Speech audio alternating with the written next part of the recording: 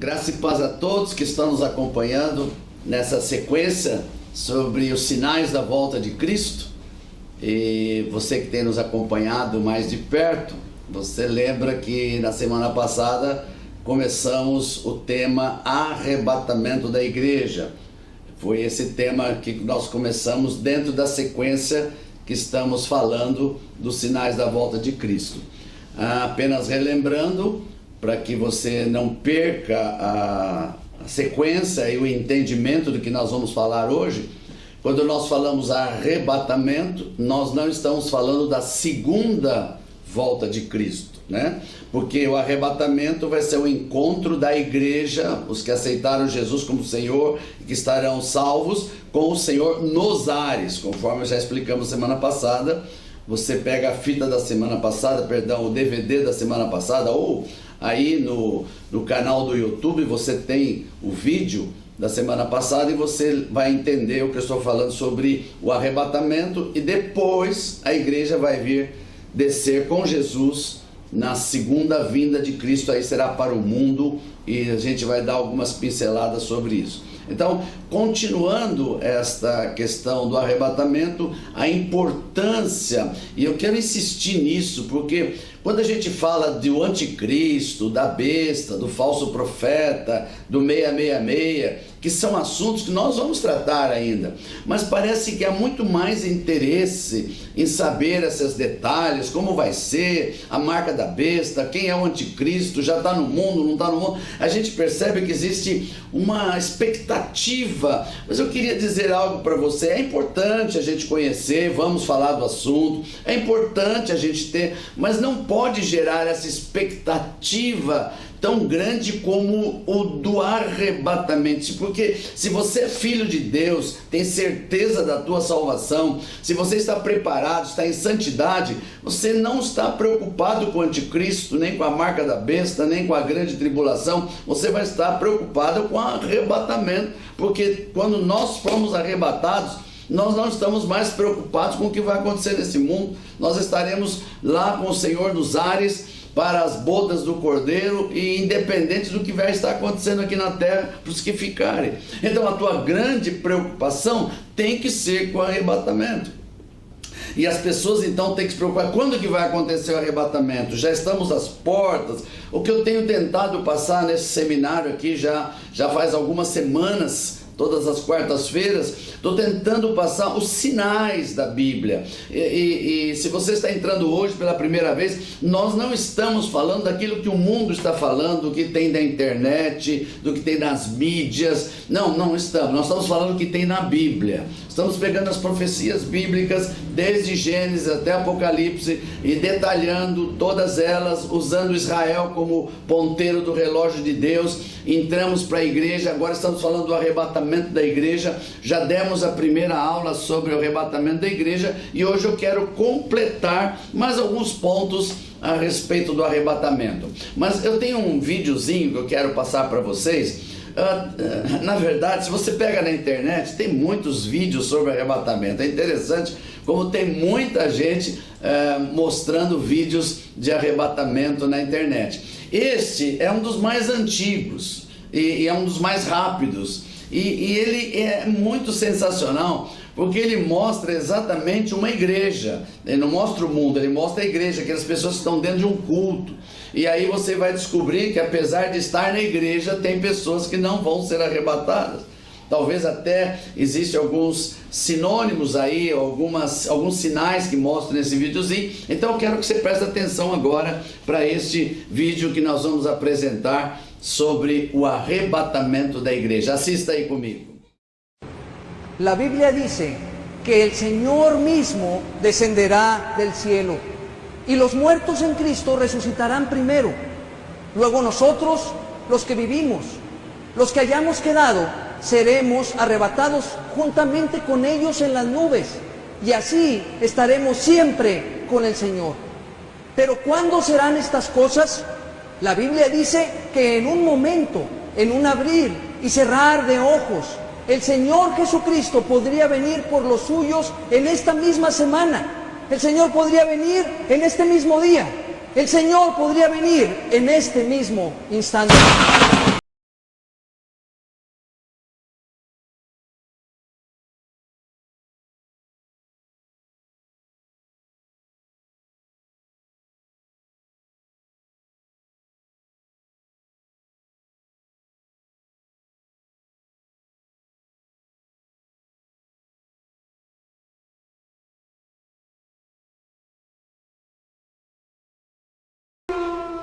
Ok, eu creio que você viu, é um videozinho simples, mas ele é muito interessante, que dá um significado para a igreja. Estamos falando daqueles que querem ser arrebatados e que vão participar. Mas eu quero falar hoje, na sequência do arrebatamento, sobre uma parábola que Jesus contou das 10 virgens. E essa parábola, ela está aqui no livro de Mateus, no capítulo 25. E no livro de Mateus, capítulo 25, ele vai falar uma parábola que fala desse momento profético do arrebatamento. É interessante que Jesus vai usar uma cultura da época. Ele não usa parábolas alheias. Ele usa parábolas dentro daquilo que estava acontecendo, que o povo sabia da cultura. Então, quando ele fala dessa parábola das 10 virgens, qual era a cultura da época? Quando havia um casamento, esse casamento, a noiva ficava esperando na sua casa com as suas damas, né? As suas 10 damas, porque isso era bastante assim numérico mesmo. E quando chegava meia-noite, o noivo vinha buscar a noiva, e aí ouvia-se o sinal do noivo, e as moças, as damas que acompanhavam a noiva dentro de casa, saíam na frente com as suas lâmpadas acesas para alumiar o caminho do noivo que ia chegar na casa da noiva. Esse era o simbolismo da festa naquele momento. E aí Jesus pega esse simbolismo e conta uma parábola que na verdade está falando dele e da volta dele, ou do arrebatamento da igreja. E eu vou ler para vocês no capítulo 25 de Mateus, que diz assim: então o reino dos céus será semelhante a 10 virgens, que tomando as suas lâmpadas saíram a encontrar-se com o noivo. 5 dentro delas eram nécias e 5 prudentes. As nécias, ao tomarem as suas lâmpadas, não levaram azeite consigo. No entanto, as prudentes, além das lâmpadas, levaram azeites nas vasilhas. E tardando o noivo, foram todas tomadas de sono e adormeceram. Mas à meia-noite ouviu-se um grito: eis o noivo! E saía ao seu encontro. Então se levantaram todas aquelas virgens e prepararam as suas lâmpadas. E as nécias disseram às prudentes: dai-nos do vosso azeite, porque as nossas lâmpadas estão se apagando. Mas as prudentes responderam: não, para que não nos falte a nós e a vós outras. Ide antes aos que o vendem e comprai-o. E saindo elas para comprar, chegou o noivo, e as que estavam apercebidas entraram com ele para as bodas, e fechou-se a porta. Mais tarde chegaram as virgens nécias, clamando: Senhor, Senhor, abre-nos a porta. Mas ele respondeu: em verdade vos digo que não vos conheço. Vigiai, pois, porque não sabeis o dia nem a hora. Olha que coisa interessante. Essa parábola, ela é a cultura da época trazida por Jesus para uma analogia, uma simbologia à sua própria vida e ao momento do arrebatamento da igreja. Existem muitas correntes teológicas. Quando você pega certos textos da palavra, que se você for buscar, então tem muita gente que pega isso: não, isso aqui é para isso é para os judeus, não, isso aqui é para a igreja. Cada um leva para um lado. Graças a Deus que a Bíblia nos dá a oportunidade de nós entendermos e aplicarmos a Bíblia para os nossos dias. Eu creio que aqui está falando de 10 virgens, e 10 é um significado sempre profético que fala de equilíbrio. Está falando de uma igreja. Se a noiva é a igreja, a noiva está esperando o noivo, que é Jesus, e Jesus está vindo buscar. Mas veja que Jesus é como se ele tivesse tardado, ou seja, as noivas, as damas entenderam que o noivo estava demorando e foram dormir. Pegaram no sono, ou seja, significa um tempo maior do que o normal para o ser humano, que é o tempo que Jesus está dando para a igreja, desde que a igreja começou em Atos dos Apóstolos, no dia do Pentecostes, quando a igreja começou debaixo da ação do Espírito Santo. De lá para cá, toda a igreja está esperando, e hoje, depois de 2000 anos, muitos estão dormindo, porque o noivo está tardando. Então ele já está contando uma parábola bem atual da igreja, que representa. Por que virgens? porque ele não está falando de alguém que está fora, está falando de alguém que está dentro. No nosso entendimento, ele está falando de pessoas que já tiveram Jesus como Senhor da sua vida, que entenderam, porque se estão esperando o noivo, elas estão dentro da igreja. Elas não são ímpios que nem sabem da volta de Cristo, são pessoas. Mas veja que coisa interessante, diz que 5 delas eram nécias. O que significa essa palavra? Significa que elas não estavam apercebidas que o noivo poderia vir a qualquer momento e não se preocuparam em deixar as suas lâmpadas com azeite. Quando nós pegamos isso, nós pegamos o entendimento de que, conforme a Bíblia nos ensina, azeite é um símbolo do Espírito Santo. Não é que eles não tinham o Espírito Santo, veja, eles tinham, mas tinham tão pouco que acabou. Na hora que o noivo chegou, não tinham azeite suficiente. Então não eram pessoas que não tinham azeite, eram moças que tinham, mas tinham poucos e não era suficiente para iluminar na hora que o noivo chegou. Quem são essas pessoas biblicamente? São pessoas que um dia já aceitaram Jesus, que fazem parte da igreja, mas estão distraídas. Jesus está demorando, vamos continuar a nossa vida normal, eu não preciso me santificar, eu não preciso ler a palavra, eu não preciso jejuar, eu não preciso adorar o Senhor, eu não preciso dar dízimo, eu não preciso ofertar. São pessoas que estão aí totalmente alheias, como diz a palavra, dormindo, descansando, porque acham que o noivo vai demorar. Mas tem 5 prudentes. Quem são essas 5 prudentes? São essas que não abrem vamos dizer assim, não perdem a esperança que o noivo pode chegar a qualquer momento. Para elas, a qualquer hora o noivo vai chegar, então é melhor a gente se preparar. São aquelas que se santificam, são as pessoas que se santificam, que levam a sério o evangelho, que não saem do evangelho por qualquer coisinha, que nenhuma crise tira eles, estão sempre buscando o Espírito Santo, se enchendo, cada vez mais se enchendo, estão com as lâmpadas sempre cheias. Em outras palavras, estão sempre preparados para qualquer momento Jesus voltar. E a Bíblia diz que quando Jesus grita, que o noivo aparece, aquelas 5 que estão com azeite no fim, sabe que não vão conseguir iluminar, ainda vão pedir para as outras, mas aquelas outras dizem, nós não podemos dar agora para vocês, vocês têm que buscar aonde vocês compram. E veja que coisa forte, elas foram, porque elas não tinham azeite, elas não se preocuparam, e agora vão ter que comprar, e nem sabem aonde comprar, o que tipo de azeite vão ter que comprar. Mas a Bíblia diz que o noivo entrou e se fechou a porta, e quando a porta fecha, ninguém mais entra. E quando as virgens nécias chegam com o azeite que compraram, não tem mais como entrar. Não importa o tipo de azeite que compraram, não tem como entrar, porque a hora já passou, já entrou. E é muito interessante que fala de 50%, eu não vou aqui entrar em detalhe, que matemático, então Jesus está dizendo que metade da igreja sobe e metade não sobe. Nós nunca vamos saber isso, porque a misericórdia do Senhor é maior do que a gente pode imaginar. Mas uma coisa é certa, e você viu o videozinho do arrebatamento ali, é uma verdade. Tem muita gente que pensa que por estar na igreja, que porque vai no culto, porque isso e aquilo, mas não está nem aí com o evangelho, acha que vai ser arrebatado. Não vai não, só vai ser arrebatado os filhos fiéis, que estão com a sua lamparina cheia de azeite, santificados, lavados, remidos, libertos, curados, cheios do Espírito Santo, que levam a sério o evangelho, que pagam o preço pelo evangelho, que é o remanescente fiel. Esses vão entrar, esses vão entrar. Você lembra que Jesus certa vez falou para algumas pessoas assim, naquele dia muitos vão dizer, Senhor, Senhor, e eu expulsei demônios, eu curei enfermos, e Jesus vai dizer, não vos conheço. E aí você me pergunta, mas que pode?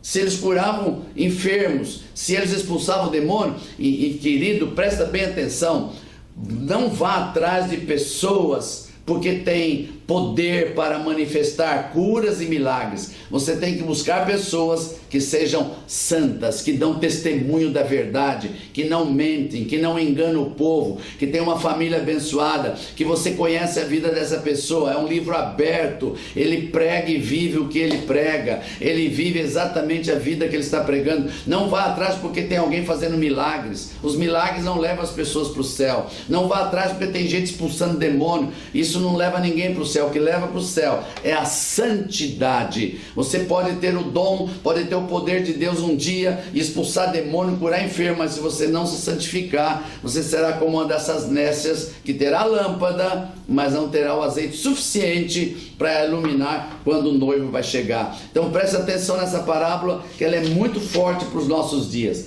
Deixa eu continuar aqui. Há um outro texto na palavra sobre o arrebatamento que eu quero ler para você, que está no livro de Lucas, no capítulo 17, o verso 34 até o verso 36. Lucas 17, 34 a 36. Jesus está falando uma parábola sobre a vinda do reino de Deus, e no final, depois da parábola, ele dá uma seguinte interessante expressão. Ele diz assim: digo-vos que naquela noite 2 estarão numa cama, um será tomado e deixado o outro.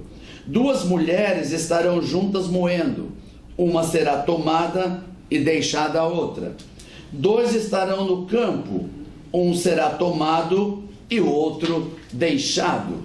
Uma coisa interessante, porque está falando novamente de 50%, ou seja, 2 pessoas estão dormindo numa cama, um vai e o outro fica, né? 2 estão moendo no campo, 2 mulheres estão moendo no campo, uma vai ser deixada, outra vai ser tirada. 2 estarão no campo, um vai ser tomado e outro deixado. Parece que sempre essa proporção de 50% quer nos indicar, não significa que é 50%, mas significa que tem muita gente que faz parte, entre aspas, do reino de Deus, que vão até na igreja, mas não serão tomados. Mas por que Jesus deu essas 3 parábolas? Eu vou até mostrar para você, porque ele é muito interessante. A primeira ele diz na cama, ou seja, à noite. O outro diz 2 mulheres estarão juntas moendo de manhã. O outro, verso 36, 2 estarão no campo à tarde. Então ele conta aqui 3 pontos do nosso dia: manhã, tarde e noite. E aí você diz, mas por que isso? E eu vou dizer para você, por causa do fuso horário. Você sabe muito bem que se nós estivermos aqui no Brasil à meia-noite, o Japão estará no dia seguinte a meio-dia. E na Inglaterra talvez à tarde ou de manhã. Então o fuso horário em cada país é diferente. O que Jesus está deixando claro?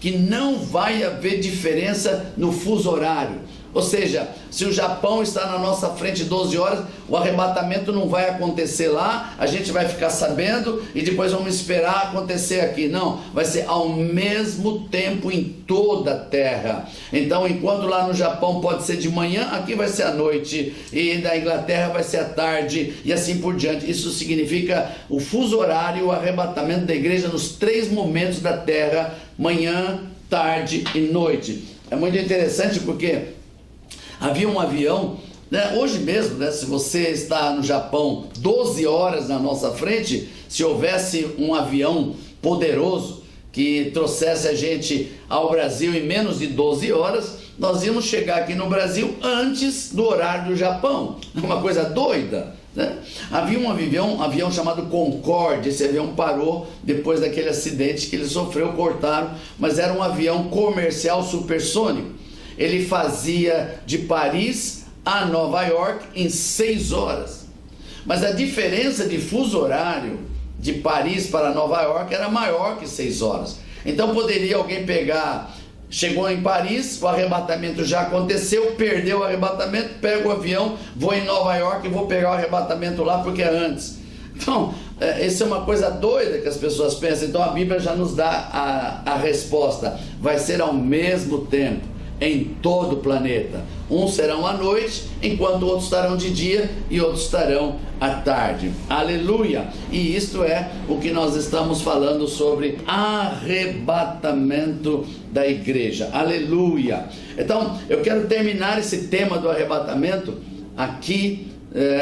Se você ainda tiver dúvidas, nós temos pedido aos nossos queridos que estão nos ouvindo, participando, pode escrever aí para nós, ou através do nosso Face também, que é Missão Shekinah, ou descobrindo uma forma de mandar para nós um e-mail, através dos nossos e-mails. Você pode mandar suas dúvidas e aquilo que for possível a gente vai respondendo e assim por diante. No próprio YouTube tem um lugar de comentários. Se você é inscrito no nosso canal, você pode fazer comentários e nós aceitamos os seus comentários. Se tiver alguma dúvida, você pode nos perguntar e assim por diante. E falando nesse ponto, então nós terminamos aqui os sinais da vinda de Cristo para o arrebatamento. Então, se você me acompanhou desde o início, desde que nós começamos esse seminário, você já entendeu toda a lógica, toda a cronologia para a gente chegar nesse ponto do arrebatamento. Depois nós vamos entrar em que momento isso vai se dar dentro das condições do livro de Apocalipse. Como é que o aparecimento do anticristo, e nós vamos tentar mostrar no próximo seminário da próxima semana alguns gráficos, vou tentar mostrar isso, de como isso vai acontecer ao mesmo tempo, enquanto a igreja é arrebatada e vai para o céu junto com Jesus, e quando Jesus leva o arrebatamento, leva a igreja para os céus, aqui na terra haverá muita gente que vai ficar, e essas pessoas que vão ficar aqui vão passar pela grande tribulação. Então nós vamos mostrar na próxima semana a questão da última semana de Daniel, que são 7 anos. Então o que vai acontecer nesses 7 anos que ainda não começou? Conforme nós dissemos, há algo que detém o aparecimento do anticristo, há algo que está detendo, e o que detém é o Espírito Santo, é a igreja. E quando a igreja é arrebatada, aquilo que está detendo o aparecimento do anticristo saiu, então o anticristo vai aparecer, e aí nós vamos ver o que acontece nesse período de 7 anos finais da terra, que ainda não começou, começa no arrebatamento da igreja. É óbvio que nós vamos mostrar para você também que existe 2, 3, 4 teorias a respeito de, no período das 7 semanas, quando que vai ser o arrebatamento da igreja. Nós vamos mostrar isso na palavra para você, qual a nossa corrente sobre isso, e depois, logo em seguida, vamos descrever para você o que acontece com a igreja que está arrebatada, onde existe o tribunal de Cristo. Eu quero que você guarde essa palavra, que não é o tribunal dos ímpios, é o tribunal dos crentes, não para tirá-los da salvação, porque já estão salvos, mas nós vamos falar dos galardões, as bodas do Cordeiro. E aqui embaixo vamos falar na terra da grande tribulação e do aparecimento do anticristo. Isso nós vamos começar a detalhar a partir da próxima quarta-feira. Eu espero que você não falte na sequência, que você continue conosco, que você possa, se você não se inscreveu ainda, se inscreve. É muito importante você se inscrever, porque você recebe as notificações de que já chegou mais um vídeo do nosso canal. Eu creio que você está sendo abençoado. Eu espero que você esteja preparado para o arrebatamento e que você não fique para trás e seja um dos que vai ser levado para as bodas do Cordeiro. Por isso eu te abençoo também nessa quarta-feira, no poder do nome de Jesus e para a glória do Senhor. Amém e amém.